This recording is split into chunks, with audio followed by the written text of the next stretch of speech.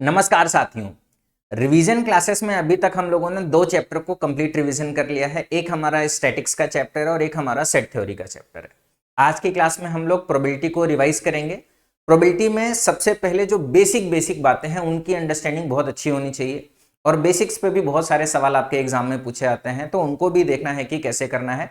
फिर अलग अलग केसेस बनते हैं, क्वाइन के, कार्ड्स के, कलर बॉल्स के, तो उनको हम लोग सेपरेट एक क्लास में करेंगे। आज हमारा जो सारा का सारा फोकस रहने वाला है वो बेसिक पॉइंट पे रहने वाला है।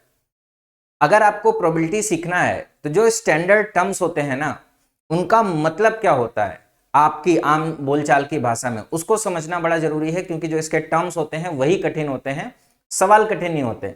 टर्म्स का मतलब ही नहीं मालूम रहता है, इसीलिए बच्चे सवाल को सॉल्व भी नहीं कर पाते। अगर कोई बच्चा ऐसा है जो ग्रेड 1 की तैयारी कर रहा है, सिलेबस अधूरा है, किसी भी सब्जेक्ट का हो, माई पाठशाला पर कोर्सेस अवेलेबल हैं, आप इनको ज्वाइन करके अपने सिलेबस को कंप्लीट कर सकते हैं। चलिए स्टार्ट करेंगे प्रोबेबिलिटी। प्रोबेबिलिटी में अगर आप देखोगे तो हर सवाल में आपको एक टर्म मिलेगा, रैंडम एक्सपेरिमेंट।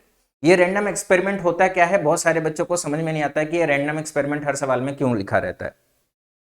देखो, दो तरीके के एक्सपेरिमेंट होते हैं, एक होता है रैंडम, एक होता है डिटर्मिनिस्टिक। रैंडम एक्सपेरिमेंट वो होता है जिसमें जब आप सिमिलर कंडीशन में एक्सपेरिमेंट करते हो, कंडीशन सिमिलर रहती हैं लेकिन जो इनके आउटकम्स रहते हैं ना वो डिफरेंट रहते हैं। तो ऐसे जितने भी एक्सपेरिमेंट होते हैं उनको हम लोग क्या बोलते हैं, रैंडम एक्सपेरिमेंट। मतलब एक ही जैसी सिचुएशन पे कई सारे एक्सपेरिमेंट बार बार कर रहे हैं, वही एक्सपेरिमेंट बार बार कर रहे हैं, लेकिन हर बार रिजल्ट अलग अलग आ रहा है, एक जैसा नहीं आ रहा है। फॉर एग्जाम्पल, जैसे हम क्या करते हैं, हमारे पास में एक पासा है, पासे में 6 नंबर होते हैं। पासा हम लोग क्या करते हैं, खेलते हैं तो बार बार पासा फेंकते हैं। कभी 1 आता है, कभी 2 आता है, कभी 3 आता है, कभी 4 आता है, कभी 5 आता है, कभी 6 आता है, हमको मालूम नहीं होता है कि क्या आता है।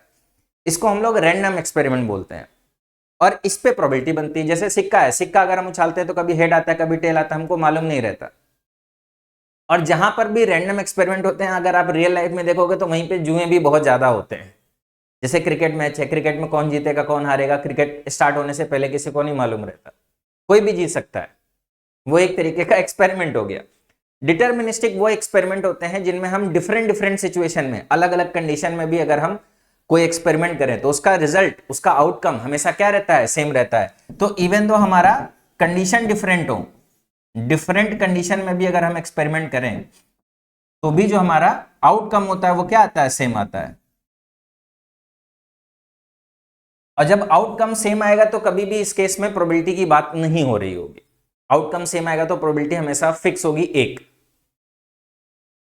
जैसे अगर आप किसी भी तरीके से ट्रायंगल बनाओ, भाई 4 आदमी को बोल दिया जाए ट्रायंगल बनाओ, और आप उन चारों आदमी से बोला जाए कि ट्रायंगल में जो एंगल बनेंगे उनका सम निकालो, तो 4 आदमी अलग अलग तरीके से एक्सपेरिमेंट करेंगे।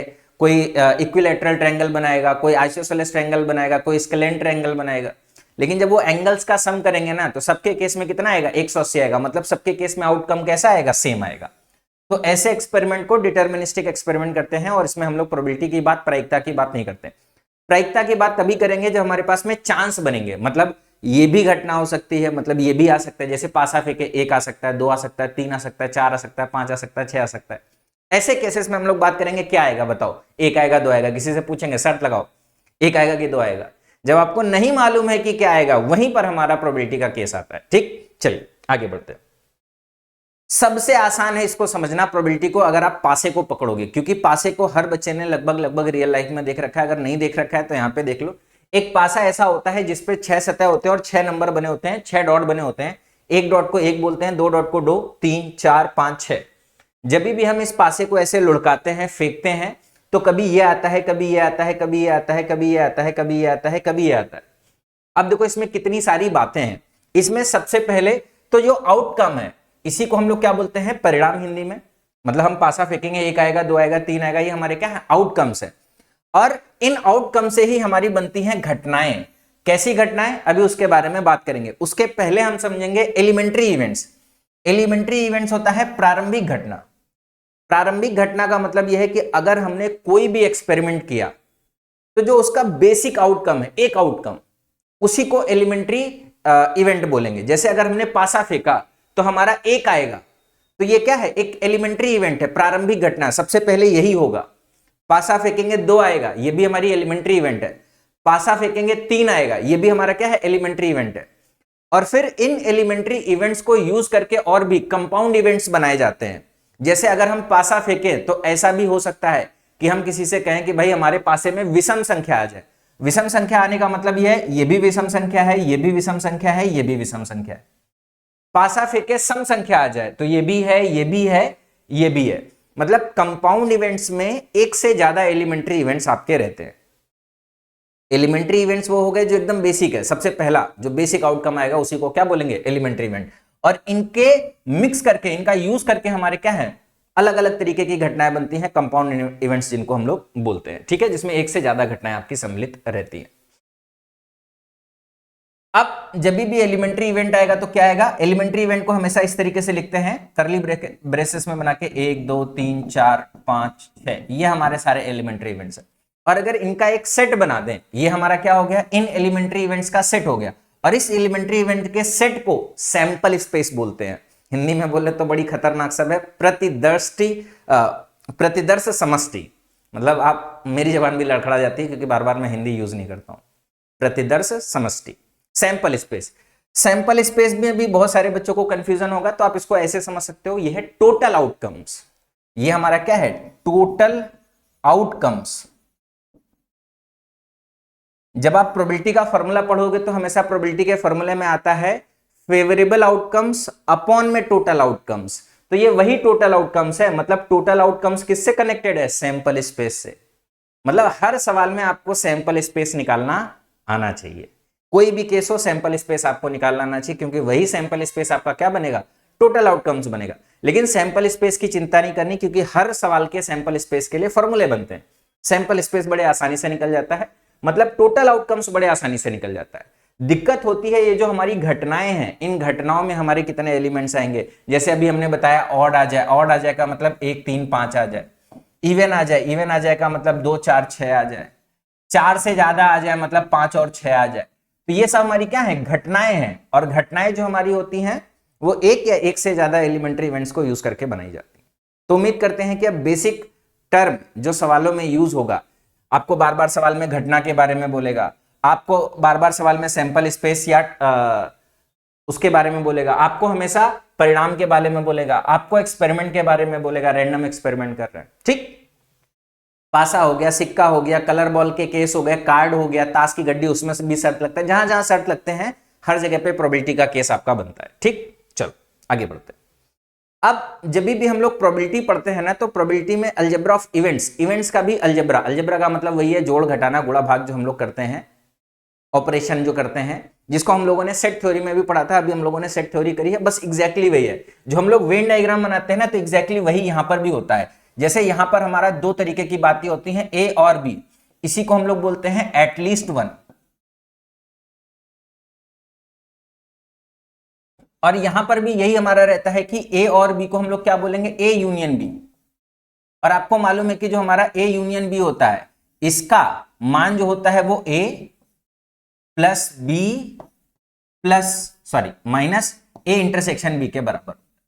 तो जो हमने सेट थ्योरी में 2 का वेन डायग्राम पढ़ा है, 3 का वेन डायग्राम पढ़ा है, 2 के लिए फॉर्मूला पढ़ा है, 3 के लिए फॉर्मूला पढ़ा है, सेम वही यहां पर प्रोबेबिलिटी के लिए लग जाता है। अगर इसके हमने आगे प्रोबेबिलिटी लगा दी तो इसके भी आगे प्रोबेबिलिटी, इसके भी आगे प्रोबेबिलिटी और इसके भी आगे प्रोबेबिलिटी लग गई। तो हमारा क्या हो गया, algebra of probabilities, algebra of events हो गया। ठीक, इसी तरीके से अगर 3 का होगा तो P A union B union C अगर आप निकालोगे तो यह आ जाएगा P A plus P B plus P सी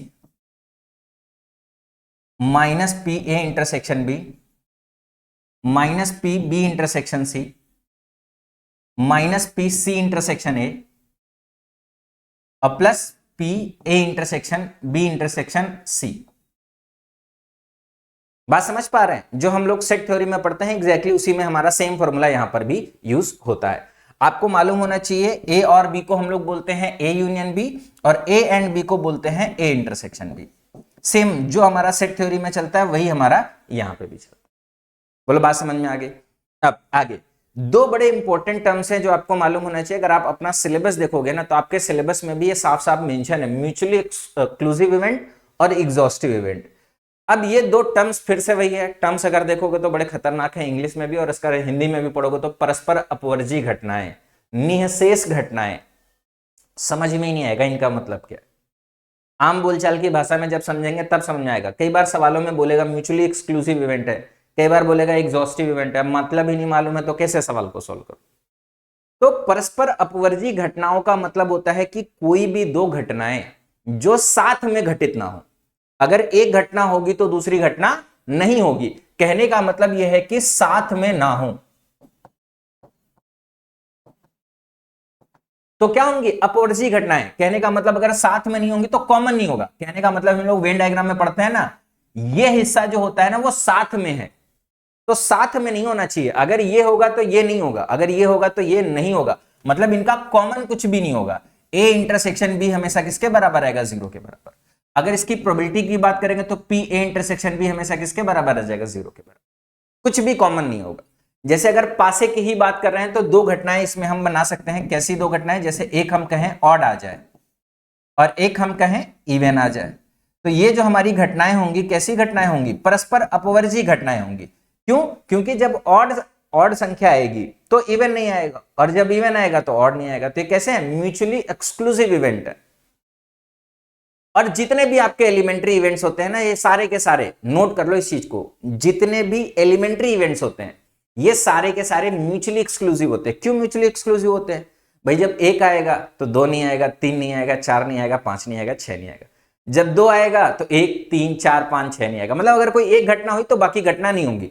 तो जितने एलिमेंट्री इवेंट्स हैं वो आपस में एक दूसरे के रिस्पेक्ट में सारे कैसे हैं? म्यूचुअली एक्सक्लूसिव इवेंट है। ये बड़ा इंपॉर्टेंट पॉइंट है। अब अगर हम एग्जॉस्टिव इवेंट की बात करें तो एग्जॉस्टिव इवेंट के लिए आप एक वर्ड याद रखो जिससे आपको बड़ी आसानी से क्लियर होगा, टोटल। और हिंदी में इसको कुल से समझो। कहने का मतलब यह है कि अगर यहां पर जितने भी हमारे घटनाओं के बारे में बात करेगा, अगर हम उनका टोटल करें, उनके टोटल एलिमेंट्स को निकालें, तो ये सैंपल स्पेस या टोटल आउटकम्स के बराबर हो जाएगा। मतलब अगर कोई एक घटना हमारी ए है, जैसे हमने कहा 1 2 3, और हमने एक घटना कही बी है, ये हमारा क्या है? 4 5 6, और हमने क्या कहा कि अगर मैं ए यूनियन बी निकालूंगा तो क्या आ जाएगा? 1 2 3 4 5 6। ये हम किस केस में बात कर रहे हैं? पासे के बात में, पासे के केस में बात कर रहे हैं। अब अगर इन दोनों का यूनियन लिया तो हमारा क्या मिल गया? पासे के केस में सैंपल स्पेस मिल गया। अगर हम एक पासा फेंकते हैं तो यही हमारा सैंपल स्पेस होता है। तो ये जो दो घटनाएं हैं ये कैसी घटनाएं हो जाएंगी? एग्जॉस्टिव इवेंट्स हो जाएंगे। मतलब दोनों का जो टोटल वो हमारे टोटल आउटकम्स के बराबर आ जा रहा है अगर यूनियन ले रहे हैं तो। अगर मान लो तीन घटनाएं हो जाए, ए हमारा है ऑड आ जाए 1 3 5, बी हमारा है तीन से बड़ी संख्याएं आ जाए 4 5 6, और सी हमारा आ जाए इवन संख्याएं 2 4 6। और अगर हम बोले कि अगर ए बी सी देखोगे, A union B union C, तो A union B union C आपका क्या जा रहा है? सैंपल स्पेस के बराबर आ जा रहा है। तो ये A union B union C sample space के बराबर है, तो कैसी घटना है? एग्जॉस्टिव इवेंट है। इवन तो इसमें ए और सी भी आपस में एग्जॉस्टिव है, क्योंकि अगर ए और सी भी लोगे ना तो भी सैंपल स्पेस बन जाएगा। ये ऑड है, ये इवन है, अगर दोनों को जोड़ोगे तो क्या बन जाएगा? टोटल बन जाएगा। तो अगर बी नहीं भी ले रहे हो तो ए और सी भी एग्जॉस्टिव है, और ए बी सी तीनों भी आपस में कैसे हैं? एग्जॉस्टिव, क्योंकि ये दो तीनों भी आपको क्या दे रहे हैं? टोटल सैंपल स्पेस की वैल्यू दे रहे हैं। मतलब इसका मान टोटल के बराबर हो जाएगा। अब इसमें भी एक वही पॉइंट है, सारे के सारे एलिमेंट्री इवेंट्स होते हैं ना, अगर इनका एक सेट बना दें, सारे एलिमेंट्री इवेंट कौन कौन से हो जाएंगे? ये अगर इनका सेट बना दें तो वो हमारे क्या हो जाएंगे? एग्जॉस्टिव इवेंट हो जाएंगे। भाई इनका अलग अलग सेट करोगे तो सैंपल स्पेस मिल गया, तो मतलब ये हमारे क्या हो जाएंगे? सारे एग्जॉस्टिव। मतलब इन्हीं एलिमेंट्री इवेंट्स को म्यूचुअली एक्सक्लूसिव भी बोल रहे हैं, और इन्हीं एलिमेंट्री इवेंट्स के सेट को म्यूचुअली एग्जॉस्टिव भी बोल रहे हैं। तो ये समझना बड़ा जरूरी है। यहां पर सिर्फ एक ही कंडीशन याद रखनी है कि दो घटनाएं एक साथ नहीं होंगी, और यहां पर सारी घटनाओं का जो टोटल होगा वो एक के बराबर। मतलब सारी घटनाओं का टोटल करोगे, मतलब सबकी प्रोबेबिलिटी निकालोगे। जैसे यहां पर पीए और पीबी एक के बराबर आ जाएगा, पीए प्लस पीबी एक के बराबर आ जाएगा। यहां पर भी अगर निकालोगे तो P A P B P C, B को हटाना पड़ेगा क्योंकि बी का कोई रोल नहीं है यहां पर, बी को हटा दो, नहीं तो बड़ा कंफ्यूजन क्रिएट करेगा माइंड में आपके। ये दोनों को अगर देखोगे तो पी और पीबी भी किसके बराबर आ जाएंगे? एक के बराबर आ जाएंगे। एग्जॉस्टिव में जितने भी इवेंट है, अगर तीन इवेंट आपस में एग्जॉस्टिव है तो तीनों का सम एक के बराबर आएगा। एक्सक्लूसिव है तो उनका इंटरसेक्शन 0 के बराबर आएगा। दो बातें हैं, बड़ी इंपॉर्टेंट है, सवालों में कभी कभी यूज होगा तो आपको दिक्कत ना हो इसलिए। ठीक, चलो अब इनके लिए एक एक एग्जांपल से भी आपको समझा देते हैं। जैसे कह रहा है 6 पक्षी पासे को रोल करते समय निम्नलिखित में से कौन सी घटनाएं परस्पर अपवर्जी हैं। परस्पर अपवर्जी का मतलब अगर एक घटना होगी तो दूसरी घटना नहीं होगी। कह रहा है rolling a 2 and rolling a 4, correct. 2 आएगा तो 4 नहीं आएगा, 4 आएगा तो 2 नहीं आएगा, एकदम करेक्ट है। यही हमारा परस्पर अपवर्जी घटना है। अगर 2 आएगा तो 4 आएगा नहीं, 4 आएगा तो 2 आएगा नहीं। Rolling an odd number and rolling a 5, अगर भाई 5 आया तो ये ऑटोमेटिक क्या है, ऑड नंबर है, मतलब दोनों में हमारा 5 कॉमन है। यहां पे अगर 5 आया तो भी ऑड हुआ और 5 आया तो भी, तो कॉमन हो गया ना, 5 कॉमन नहीं होना चाहिए कुछ भी, तो ये हमारा अपवर्जी नहीं है। Rolling number greater than 2 and 3, भाई 3 रोल करोगे तो अपने आप 2 से बड़ा है ना, तो ये कॉमन हो गया, कॉमन नहीं होना चाहिए कुछ भी। Rolling an even number and rolling a 4, 4 हमारा कैसा है, इवन नंबर है, तो कॉमन हो गया, कॉमन नहीं चाहिए। अपवर्जी का मतलब अगर एक घटना होगी तो दूसरी घटना नहीं होगी। इसी तरीके से एग्जॉस्टिव में भी आपसे सवाल पूछा जा सकता है, 2 सिक्कों को उछालने के परिणामों के लिए घटनाओं का कौन सा सेट निःशेष घटना है। अब देखो सिक्कों का केस हम लोग अलग से भी सीखेंगे, लेकिन अगर 2 सिक्का उछालें तो कैसी कैसी घटनाएं हो सकती हैं। देखो ऐसा हो सकता है कि देखो 2 सिक्का है, एक पहला सिक्का है और एक दूसरा सिक्का है, ठीक। ऐसा हो सकता है कि पहले सिक्के में हेड आ जाए और दूसरे सिक्के में भी हेड आ जाए। ऐसा हो सकता है कि पहले सिक्के में हेड आ जाए, दूसरे सिक्के में टेल आ जाए। ऐसा हो सकता है कि पहले सिक्के में भाई हेड के, एक केस था हेड आ जाए पहले सिक्के में, दूसरे में हेड और टेल आ जाए। अब पहले में क्या आ जाए, टेल आ जाए, दूसरे में क्या आ जाए, हेड आ जाए, और पहले में टेल आ जाए और दूसरे में भी टेल आ जाए। तो अगर आप देखोगे तो कितने केस बनने, 1 2 3 4, कैसे लिखोगे, एच एच एच टी, ये एक हमारा एलिमेंट्री इवेंट हो गया। भाई अगर 2 सिक्के उछाल ले हो तो पहले सिक्के में भी कुछ ना कुछ आएगा, दूसरे सिक्के में भी कुछ ना कुछ आएगा, साथ में ही आएगा। तो क्या हो सकता है, दोनों में हेड आ जाए, पहले में हेड दूसरे में टेल आ जाए, पहले में टेल दूसरे में हेड आ जाए, दोनों में टेल आ जाए। तो जब इनका कंप्लीट सेट बनाओगे ना तो ये हमारा क्या हो जाएगा, सैंपल स्पेस हो जाएगा। और यही सारा का सारा आपको देखना है कि कहां पर हमारा बन रहा है, तभी तो हमारा एग्जॉस्टिव इवेंट बनेगा। अगर ये नहीं बना तो एग्जॉस्टिव नहीं बनेगा। बात समझ में आ गई, ठीक। चलो अब बेसिक प्रोबेबिलिटी के जो फॉर्मूले यूज होते हैं उनके बारे में भी देख लो। जनरली आपको ऑलरेडी मालूम होगा कि जो हमारा प्रोबेबिलिटी होता है, number of favourable outcomes of event E. अब देखो यहां पे बार बार इवेंट आता है, तो अब आपको समझ में आ रहा होगा इवेंट का मतलब क्या है। नंबर ऑफ टोटल आउटकम्स, मैंने आपको बताया कि जो टोटल नंबर ऑफ आउटकम्स है ये हमारा किसके बराबर होता है, सैंपल स्पेस के बराबर होता है। और जो नंबर ऑफ फेवरेबल आउटकम्स होते हैं वो क्या होते हैं, जैसे कोई भी इवेंट है तो उस इवेंट में टोटल कितने नंबर ऑफ एलिमेंट्स है, तो number of elements in event E upon number of elements in sample space. तो देखो ज्यादातर बच्चे इस चीज को याद रखते हैं, लेकिन इस चीज को उनको मालूम नहीं है कि ये हमारा दोनों आपस में सेम ही चीज लिखा हुआ है, ठीक। ये भी प्रोबेबिलिटी का फॉर्मूला है और उसी को सिंप्लीफाई करके जो आपका सेट थ्योरी पढ़ते हो उसके टर्म्स में ये लिखा हुआ है आपका प्रोबेबिलिटी का फॉर्मूला। अब इसी में 2 केस और बनते हैं जहां पर आपके सवाल में पिछली बार एग्जाम में पूछे भी गए थे ये, odds in favour of event A, odds against event A, ये 2 टर्म्स और पूछे आते हैं। Odds in favour of event A, इसको ए के अनुकूल संयोगानुपात या ए के पक्ष में संभावना, जो आपके एग्जाम में टर्म यूज किया गया था वो ये टर्म यूज किया गया था, ए के पक्ष में संभावना हिंदी में, और यहां पर ए के विपक्ष में संभावना, ये भी टर्म आपका एग्जाम में पूछा गया है। अगली बार कुछ और टर्म लिखेगा तो उससे आप परेशान नहीं होना, आप अपने आप समझ जाओगे, भाई टर्म्स एग्जामिनर चेंज करते रहते हैं थोड़ा बहुत, आप मतलब निकालना समझो। कहने का मतलब यह है कि जैसे अगर हम कोई एक्सपेरिमेंट कर रहे हैं और उसके कोई घटना के बारे में बात कर रहे हैं तो 2 ही केस होते हैं भाई, या तो जिस घटना के बारे में बात कर रहे हैं वो घटना होगी या तो वो घटना नहीं होगी, इसके अलावा कोई और केस बनेगा नहीं। तो अगर मान लो कि हम कह रहे हैं कि जो घटना हो रही है उसके पक्ष में कुछ नंबर्स हैं और जो घटना नहीं हो रही उसके पक्ष में कुछ नंबर्स हैं, जैसे फॉर एग्जांपल अगर हम डाइस का ही केस ले लें तो डाइस के केस में हमारे कितने नंबर हैं, 1 2 3 4 5 6। हम कहें हमारा ऑड नंबर आए तो ऑड के केस में हमको कितने नंबर मिलेंगे, 1 2 3 नंबर मिलेंगे। तो अगर हम कहें ऑड ना आए, नॉट ऑड, तो जो बाकी बचे नंबर हैं टोटल कितने हैं, 6 में से 3 घटाओगे तो कितने आ जाएंगे, 3। हालांकि जो नॉट ऑड है इन्हीं को हम क्या बोल देंगे, इवन बोल देंगे। तो कभी ऐसा हो सकता है कि 3 से छोटा है और 3 से छोटा ना है, तो 3 से छोटा है का मतलब हो गया 1 और 2 आ जाए, और 3 से छोटा ना है मतलब 1 और 2 ना है, तो क्या आ जाए 3 4 5 6 आ जाए। इधर 2 हुए तो उधर कितने हो जाएंगे, 4 हो जाएंगे। अगर मान लो इधर 2 हुए तो इधर कितने हो जाएंगे, 4 हो जाएंगे। अगर इधर 1 हुआ तो इधर कितने हो जाएंगे, 5 हो जाएंगे। और जब हम दोनों को मिलाएंगे तो हमारे क्या बन जाएंगे, टोटल आउटकम्स बन जाएंगे। अब यही चीज आपको समझनी है। मान लो कि अगर फेवर में m संख्याएं हैं, फेवर में टोटल कितने नंबर है, m नंबर है, और अगेंस्ट में कितने नंबर है, n नंबर है। तो जो ऑड्स इन फेवर होता है ये हमारा एक तरीके का रेशियो होता है, जिसमें जो पहला नंबर होता है ये फेवर को रिप्रेजेंट करेगा, और जो दूसरा नंबर होता है ये अगेंस्ट को रिप्रेजेंट करेगा।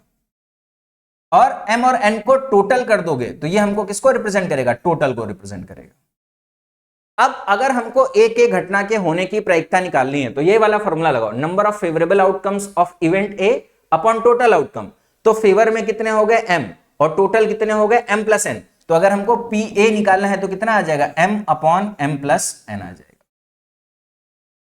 अब मान लो आपको इस तरीके से दिया हुआ है ऑड्स अगेंस्ट इवेंट ए, के विपक्ष में संभावना। अब यहां पर भी हमको 2 नंबर देखना है। अब लेकिन अगर मान लो हमने एक नंबर लिखा x और एक नंबर लिखा y और रेशियो लिखा x और y, तो अगर विपक्ष के बारे में बात कर रहा है तो जो पहला नंबर होगा वो विपक्ष को डिनोट करेगा, मतलब ये हमारा अगेंस्ट हो गया और ये हमारा क्या हो गया, फेवर हो गया।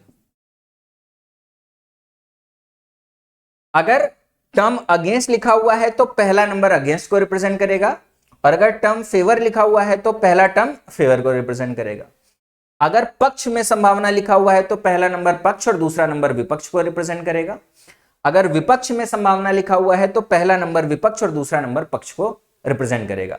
हिंदी में एक्चुअल में जब आप 10वीं या 12वीं में प्रोबेबिलिटी पढ़ते हो तो वहां पे ए के अनुकूल संयोगानुपात और ए के प्रतिकूल संयोगानुपात भी आपको देखने को मिलेगा। तो ये भी टर्म्स आपको याद रखना, हो सकता है कि आपके एग्जाम में ये पूछ लिया।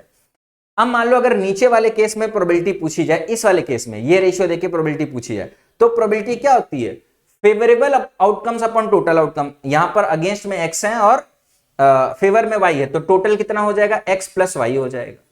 अगर टोटल x प्लस वाई है तो फिर से पक्ष में कितना हो जाएगा, y, और टोटल कितना हो जाएगा, x प्लस वाई हो जाएगा। कहने का मतलब चाहे आपको ये रेशियो दिया हो चाहे आपको ये रेशियो दिया हो, दोनों केस में आप प्रोबेबिलिटी को बड़ी आसानी से निकाल सकते हो। यहीं पर एक बात और आपको मालूम होनी चाहिए कि अगर 2 घटनाएं हैं, एक घटना हो रही है और एक घटना नहीं हो रही है, तो ये जो दोनों है ना कैसी हो जाएंगी, एग्जॉस्टिव। मतलब इन दोनों को टोटल करोगे तो क्या आ जाएगा, एग्जॉस्टिव टोटल, और टोटल प्रोबेबिलिटी कितनी हो जाएगी, 1। अगर ये हमारा पीए है तो इसका मतलब घटना होगी और घटना नहीं होगी को इस तरीके से डैश बार लगा देते हैं या डैश लगा देते हैं, जैसा हम लोगों ने लास्ट सेशन में सेट थ्योरी में भी पढ़ा था, कॉम्प्लीमेंट। घटना होगी और घटना नहीं होगी क्योंकि पी ए डैश, और पी ए डैश हमारा क्या होता है, 1 माइनस पी ए, मतलब इन दोनों का टोटल 1 के बराबर होगा और 1 में से इसको घटा देंगे तो ये आ जाएगा। और इसको आप डायरेक्टली वैसे भी निकाल सकते हो, घटना नहीं होने के पक्ष में, घटना नहीं होने के पक्ष में कितने केसेस है, n, तो ये हमारा आ जाएगा n बटे में m प्लस n। यहां पर अगर हमको पी ए डैश निकालना है तो क्या हो जाएगा, x बटे में x प्लस वाई। अब इस पे एग्जाम में पिछली बार सवाल पूछे थे, इसका यूज करके और पी ए यूनियन बी वाला जो हम लोगों ने पीछे फॉर्मूला लिखा था उसका यूज करके सवाल आपके एग्जाम में आए होते। देखो कैसे करेंगे। कह रहा है एक घटना के अनुकूल संयोगानुपात 2:7 है, तो कह रहा है इस घटना के होने की प्रायिकता क्या है। अगर ये अनुकूल लिखा है इसका मतलब ये है ये हमारा पहला नंबर किसको रिप्रेजेंट करेगा, फेवर को रिप्रेजेंट करेगा, ये हमारा पक्ष हो गया, फेवर हो गया। और जो दूसरा नंबर है किसको रिप्रेजेंट करेगा, अगेंस्ट को, विपक्ष को रिप्रेजेंट करेगा। तो अब अगर हमको प्रोबेबिलिटी निकालनी है तो प्रोबेबिलिटी कितनी हो जाएगी, पक्ष में 2 नंबर और टोटल कितने नंबर, 9 नंबर, तो 2/9 हमारा क्या आ जाएगा, आंसर आ जाएगा। कहने का मतलब यह है कि अगर आपने एक बार कॉन्सेप्ट को अच्छे से सीख लिया ना तो सवाल बहुत आसान हो जाता है, समय नहीं लगेगा। अगला क्वेश्चन देखो, कह रहा है घटना के प्रतिकूल संयोगानुपात 5:9 है, तो घटना के होने की प्रायिकता, कभी यहां होने की प्रायिकता पूछेगा और कभी ना होने की प्रायिकता पूछेगा। तो अगर प्रतिकूल लिखा है मतलब क्या हो गया, अगेंस्ट हो गया, और अगेंस्ट का मतलब यह है कि पहला नंबर अगेंस्ट को रिप्रेजेंट करेगा और दूसरा नंबर किसको रिप्रेजेंट करेगा, फेवर को रिप्रेजेंट करेगा। और अगर हमको प्रोबेबिलिटी निकालनी है होने की, तो होने की हो जाएगी फेवर अपॉन टोटल। अगर यहीं पर हमको निकालना होता घटना ना हो तो क्या हो जाता, अगेंस्ट अपॉन टोटल। तो इस सवाल का आंसर हमारा कितना आ जाएगा, 9/14। उम्मीद करते हैं कि बात को बड़ी आसानी से समझ पा रहे होगे। इसी तरीके का बेसिक क्वेश्चन आपके एग्जाम में पूछा गया था। किन्हीं दो घटनाओं ए और बी के लिए निम्नलिखित में से कौन सा विकल्प सही है, ये एक थ्योरेटिकल क्वेश्चन है जो प्रीवियस अदर एग्जाम में पूछा हुआ है और बहुत बेसिक क्वेश्चन है, इसको हमेशा आपको याद रखना चाहिए। इसको समझने के लिए कि कौन सा कंडीशन हमारा सही है, आपको एक छोटा सा एग्जांपल ले लो और उससे बड़ी आसानी से प्रूफ हो जाएगा। देखो ए इंटरसेक्शन बी है, पी ए है, पी ए यूनियन बी है, पी ए पी बी है, तो आप अगर वेन डायग्राम को बनाओगे ना तो बड़ी आसानी से आपको मिल जाएगा। और वेन डायग्राम में भी आप कोई छोटा सा एग्जांपल ले लो, अपने से आप कोई नंबर को सेट कर लो। देखो ध्यान से देखना मैं क्या सेट करने जा रहा हूं, मैं ये सेट करने जा रहा हूं कि ए में, सिर्फ ए में, इसमें एक नंबर है, इसमें दो नंबर है, इसमें तीन नंबर है, यहां पे चार नंबर है, तो टोटल हमारे कितने हो गए, 4 3 7 2 9 और 1 10, मतलब टोटल यूनिवर्सल सेट में 10, यही टोटल आउटकम्स हो गए। ये हमारा ए को रिप्रेजेंट करेगा, ये हमारा ए इंटरसेक्शन बी को रिप्रेजेंट करेगा, ये हमारा टोटल ए में कितने हो गए 3, बी में कितने हो गए 5, ए इंटरसेक्शन बी में कितने हो गए 2, और अगर ए यूनियन बी निकालेंगे तो ए यूनियन बी में कितना आ जाएगा 3 2 5 और 1 6 आ जाएगा।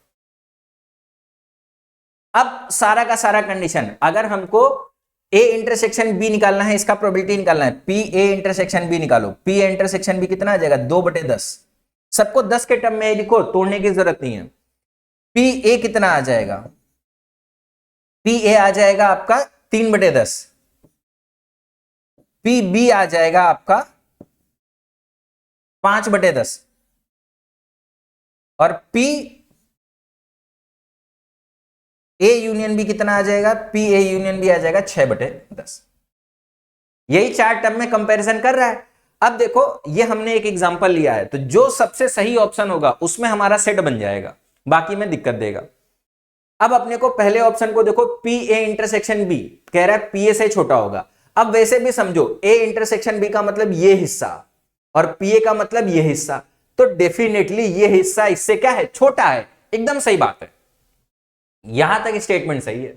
और कह रहा है जो पी ए है पी ए यूनियन बी से छोटा होगा, तो अगर आप देखोगे पी ए यूनियन बी क्या हो जाएगा, यहां से लेके यहां तक, यहां से लेके यहां तक का हिस्सा ही तो ये है, तो ये हमेशा पूरे से क्या रहेगा, छोटा रहेगा, ये भी स्टेटमेंट सही है। आगे जो ए यूनियन बी है वो P A plus P B से छोटा रहेगा। अब देखो यहां पे छोटा सा कंफ्यूजन हो सकता है, P A plus P B क्या होगा, अगर हमको पी ए और प्लस पी बी निकालना है तो क्या आ जाएगा, P A plus P B, इन दोनों को जोड़ेंगे तो 5 3 8/10 आ जाएगा। ये अलग चीज है, ये ए यूनियन बी नहीं है, ये अलग चीज है। इसमें से जब ए इंटरसेक्शन बी घटाते हैं हमारा फॉर्मूला क्या होता है, पी ए यूनियन बी बराबर P A plus P B minus P A intersection B. कहने का मतलब यह है कि इसमें से कुछ घटाते हैं, कुछ घटाते हैं तब इसके बराबर आते हैं।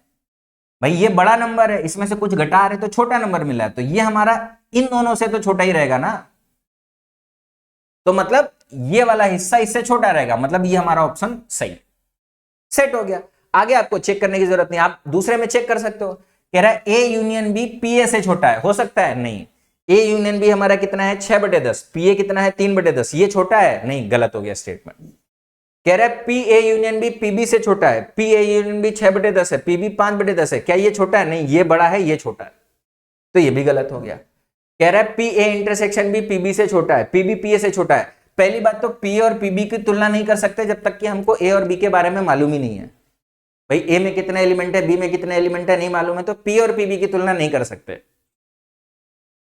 अच्छा नहीं ये सही है, ये सही है, ये सॉरी ये सही है, पीबी हमेशा पीए प्लस पीबी से तो छोटा होगा ना। भाई इसमें दोनों संख्याएं हैं और इसमें अकेला है, तो ये इससे छोटा रहेगा।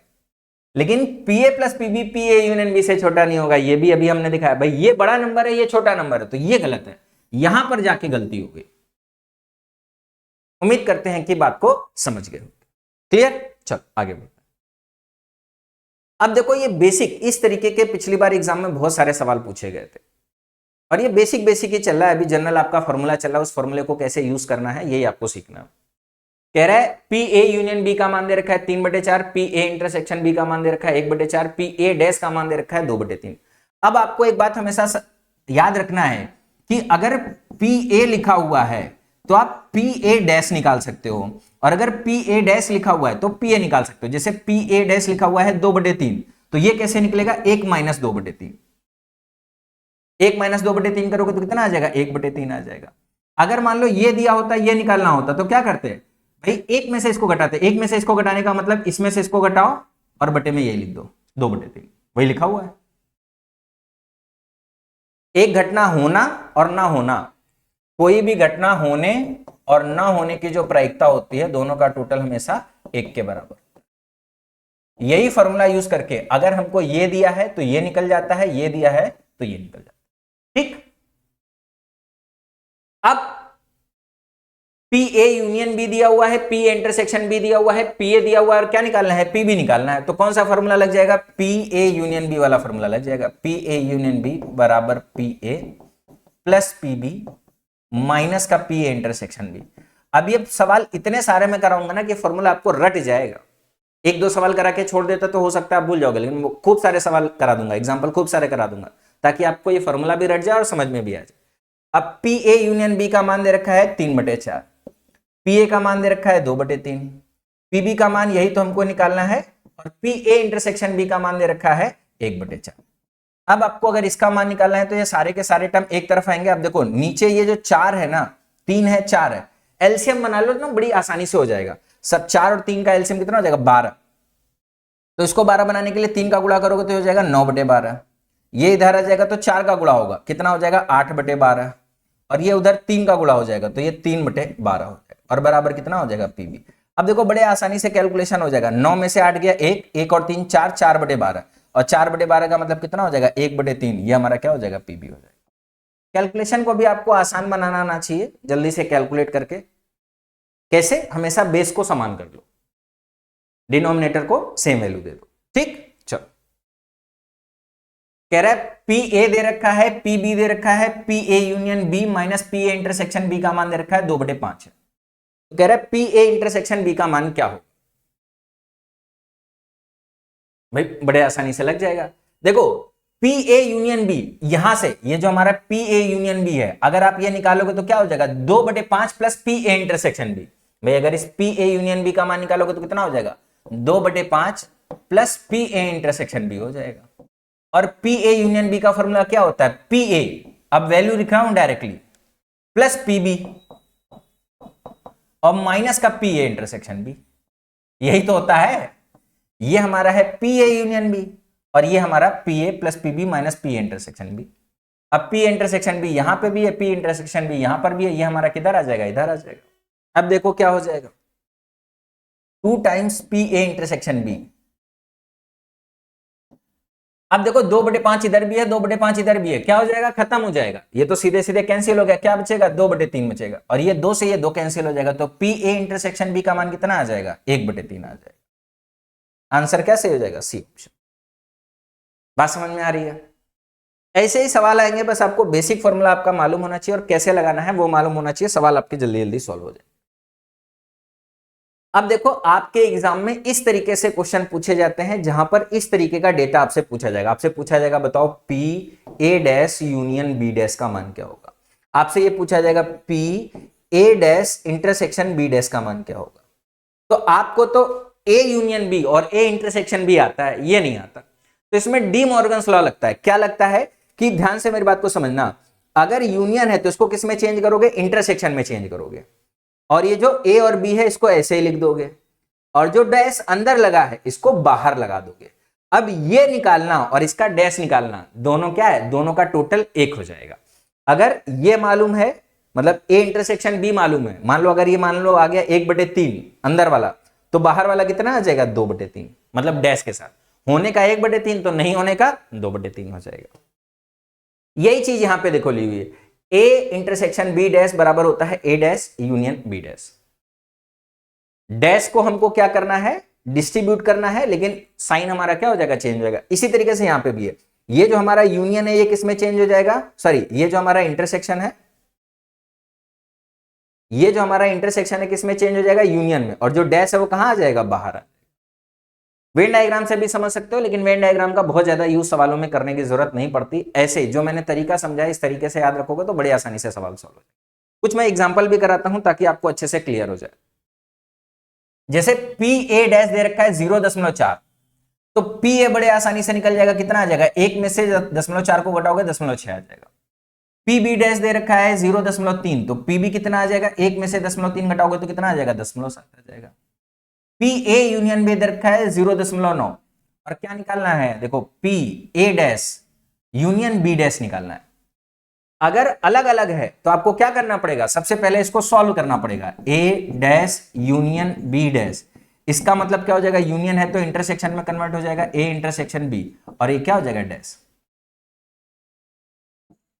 डैश का मतलब क्या हो गया, ये अगर ये हमको निकालना है तो 1 में से इसको घटा दो, पी ए इंटरसेक्शन, भाई इन दोनों का योग कितना होगा, 1, तो 1 में से अगर इसको घटा देंगे तो हमारा पी ए डैश, मतलब हमको क्या मान निकालना है, ये मान निकालना है। अब इसके लिए हमको क्या चाहिए, P A intersection B. P A intersection B कैसे निकलेगा, हमारे पी ए यूनियन बी वाले फॉर्मूले से। पी ए यूनियन बी कितना दे रखा है, 0.9, पी ए कितना निकाला है, 0.6, पी बी कितना निकाला है, 0.7, और माइनस में पी ए इंटरसेक्शन बी आ जाएगा। अब यहां से इसका मान, ये हमारा इधर आ जाएगा, ये इधर चला जाएगा, 7 6 13, 13 में से 9 जाएगा, कितना बचेगा, 4, तो पी ए इंटरसेक्शन बी हमारा कितना आ जाएगा, 0.4।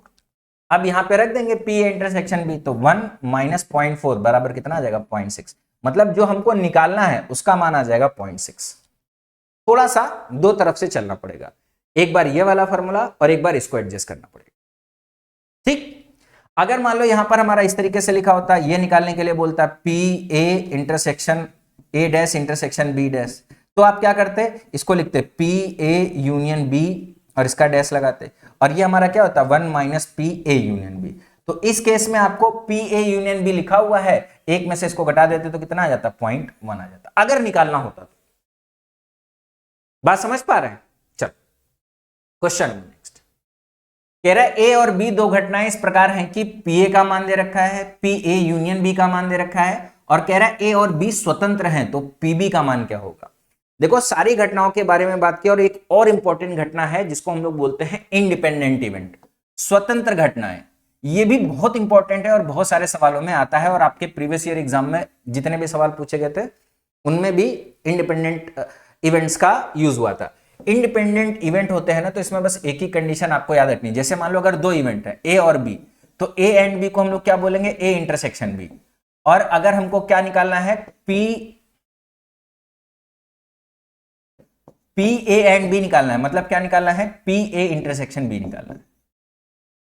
तो बस आपको यही याद रखना है कि ये हो जाएगा P A into P B के बराबर। अगर मान लो 3 घटनाएं हैं, ए बी और सी हैं, तो अगर हमको P A and B and C निकालना है, तो इसका मतलब हो गया P A intersection B intersection C, तो ये हमारा किसके बराबर हो जाएगा, P A P B P C. अगर इंडिपेंडेंट इवेंट है तो ये हमारा लग जाता है, बस यही बात आपको याद रखना, कोई भी सवाल होगा बड़ी आसानी से सॉल्व हो जाएगा। अब जैसे हमको पी ए का मान दे रखा है, ए यूनियन का मान दे रखा है, और कह रहा है ए और बी स्वतंत्र घटना है, तो पी बी निकालना है। देखो कैसे निकलेगा, P A union B, P A union B कितना हो गया, 0.8 बराबर पी ए 0.3, पी बी निकालना है, मान लिया कितना है, एक्स है, भाई पी ए बी निकाल लिया कितना है, एक्स है, और माइनस में पी ए इंटरसेक्शन बी आएगा, और इस पी ए इंटरसेक्शन बी को क्या लिख देंगे, P A into P B लिख देंगे, और पी ए हमको मालूम है कितना है, 0.3, और पी बी अभी हमको जो निकालना है क्या लिखा है, एक्स है, लिख दिया। अब देखो ये 0.8 में से 0.3 जाएगा, कितना बचेगा, 0.5 बचेगा, और x में से 0.3 जाएगा, कितना बचेगा, 0.7x बचेगा, दशमलव से दशमलव चला जाएगा, x की वैल्यू कितनी आ जाएगी, 5/7, मतलब जो pb का मान है वो कितना है, 5/7। उम्मीद करते हैं कि ये भी बात को बहुत अच्छी तरीके से समझ गए होंगे, और ये बहुत इंपॉर्टेंट है, इसको आप कॉपी में नोट कर लेना, अच्छे से समझ लेना। एक और कॉन्सेप्ट आपका बच गया इसमें, अब आप ऐसे समझ सकते हो कि ये बेसिक कंसेप्ट का भी मतलब सेकेंड लास्ट है, इसके बाद एक और है लेकिन ये सेकेंड लास्ट है। क्या है ये, कंडीशनल प्रोबेबिलिटी। कंडीशनल प्रोबेबिलिटी पे भी आपके एग्जाम में सवाल आ जाता है। कंडीशनल प्रोबेबिलिटी को पहले आप आम बोलचाल की भाषा में समझ लो, और फिर इसका फॉर्मूला मैं आपको बताऊंगा। कंडीशनल प्रोबेबिलिटी का मतलब ये होता है कि जैसे अगर मान लो कोई एक घटना हमारी हो गई है, तो उसके बाद दूसरी घटना हो, इसकी प्रायिकता निकालना। मतलब जैसे अगर हमको कहना है इस तरीके से कि अगर हमको ए की प्रोबेबिलिटी निकालनी, प्रोबेबिलिटी ऑफ ए निकालना है, और क्या है कि बी घटना हमारी ऑलरेडी हो चुकी है, तो इसको रिप्रेजेंट कैसे करते हैं, इसको रिप्रेजेंट ऐसे करते हैं पी ए बटे बी, ए बाई बी। मतलब हमको क्या निकालना है, ए के होने की प्रायिकता निकालना है जबकि घटना बी हमारी हो चुकी है। तो इसका जो फॉर्मूला बनता है वो बनता है P A intersection B upon में पी बी। और जाहिर सी बात है अगर ये डिनोमिनेटर में है तो ये कभी जीरो नहीं होना चाहिए, पीबी कभी जीरो नहीं हो सकता। अगर जीरो हो गया तो कंडीशनल प्रोबेबिलिटी हमारी फेल हो जाएगी, फिर ये सवाल इलॉजिकल हो जाएगा, सवाल ही हमारा नहीं बनेगा, केस ही हमारा डिफाइन नहीं हो पाएगा। ठीक है। अच्छा, जैसे अगर हमारा कंडीशनल प्रोबेबिलिटी भी है, अगर वहां पर हमको बोल दिया जाए कि ए और बी कैसे हैं, इंडिपेंडेंट है, अगर ऐसा बोल दिया जाए, कंडीशनल प्रोबेबिलिटी भी दे और इंडिपेंडेंट भी बोल दे, तो इंडिपेंडेंट का मतलब क्या होता है, जिसकी प्रोबेबिलिटी दूसरे पे डिपेंड ना करे। कहने का मतलब यह है जो ए की प्रोबेबिलिटी है वो बी पे डिपेंड नहीं करनी चाहिए, ऐसा हमारा आना चाहिए।